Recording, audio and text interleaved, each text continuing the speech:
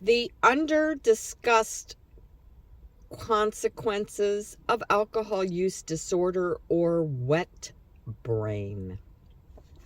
Wernicke-Korsakoff syndrome is a condition that often goes unnoticed until the damage is irreversible.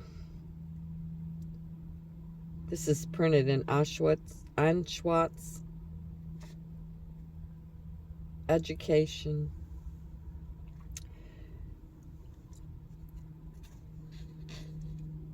Wernicke-Korsakoff syndrome is a rare memory disorder that occurs due to a lack of thiamine B1 and malnutrition.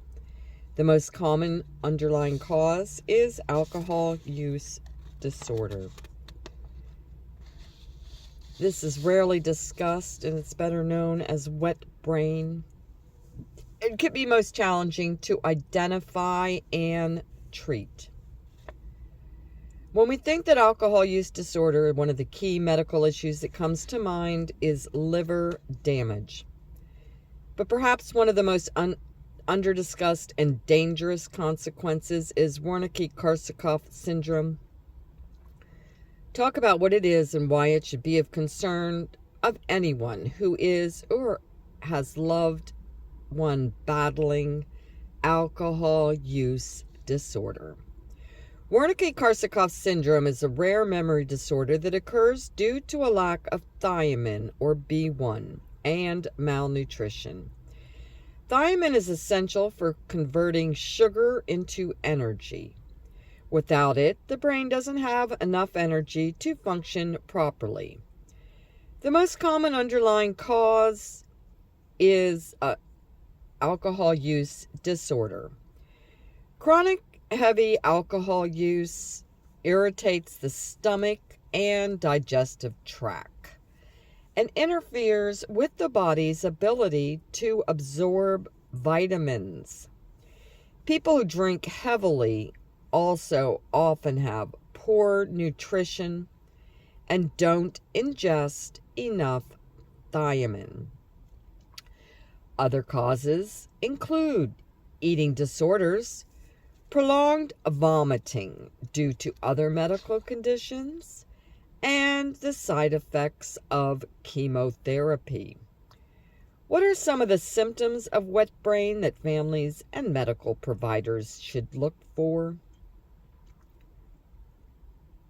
Wernicke-Korsakoff syndrome is a combination of two different brain diseases: Wernicke encephalopathy and Korsakoff psychosis. Patients typically, but not always, progress from Wernicke encephalopathy to Korsakoff psychosis. Common symptoms of Wernicke encephalopathy include balance problems, ataxia, loss of muscle coordination, trouble walking, confusion, drowsiness, hypothermia, tachycardia, rapid heartbeat, low blood pressure, and abnormal back and forth eye movements.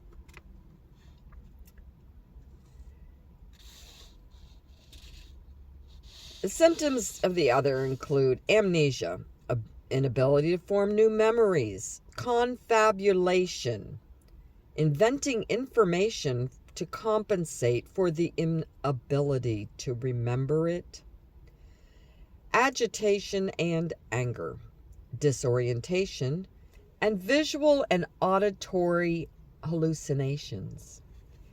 Many of these symptoms represent damage to parts of the brain, including the mammillary bodies, hippocampus, thalamus, hypothalamus, and cerebellum, which are involved in memory, motor coordination, and regulation of autonomic bodily functions.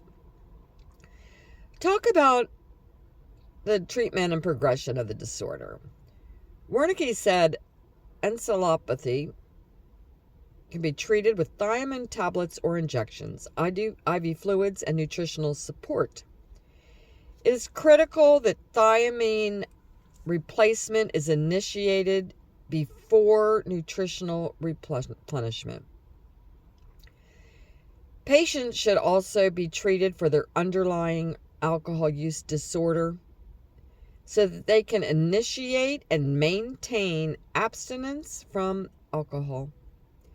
Treatment can prevent progression to Korsakoff psychosis, which is not reversible or treatable. Since many of the symptoms involved mimic being drunk, how can loved ones know when to be concerned? And what should they do if they believe a family member has been suffering from it?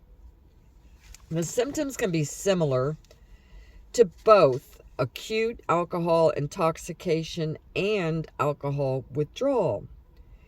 Family members and friends should particularly watch for these kinds of symptoms persisting even when they know the person is not acutely intoxicated, especially if the person has not had anything to drink for several days. What is the best way to approach loved ones who might be suffering from wet brain but may not realize it, especially if they have alcohol use disorder, which can already present an unpredictable and uncomfortable situation? Wernicke-Korsakoff syndrome is challenging because patients who have it often lack insight into their coordination. If possible, a treatment provider familiar with severe alcohol use disorder and Wernicke-Korsakoff syndrome should be involved in communicating with the patient and their loved ones. Many medical providers miss wet brain symptoms, especially in those who are younger, 50s, 40s, even 30s. Since it can develop at any age, what is the best way to broach the topic with your doctor if you think you or someone you love is showing signs of it?